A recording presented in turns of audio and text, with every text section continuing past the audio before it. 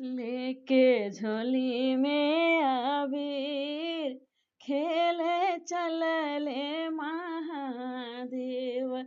लेके झोली में अबीर खेले चलले महादेव। लेके झोली में अबीर खेले चलले महादेव। लेके झोली में अबीर खेले चलले महादेव। पहिली होली हो काशी में खेले, काशी में खेले हो काशी में खेले, बनारस में खेले भैले बनारस लाले लाल हो। होली खेले चलले महादेव लेके झोली में अबीर। होली खेले चलले महादेव लेके झोली में अबीर।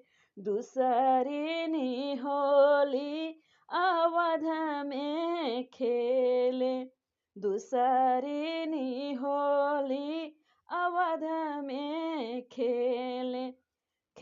भैले राम लखन लाले लाल, भैले राम लखन लाले लाल हो।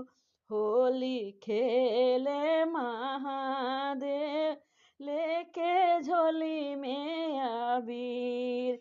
होली खेले महादेव लेके झोली में अबीर। तीसरी होली गोकुल में खेले, तीसरी होली वृंदावन में खेले। भैले कृष्ण बलराम लाले लाल, भैले कृष्ण बलराम लाले लाल। होली खेले महादेव भैले कृष्ण बलराम लाले लाल। होली खेले चलले महादेव लेके झोली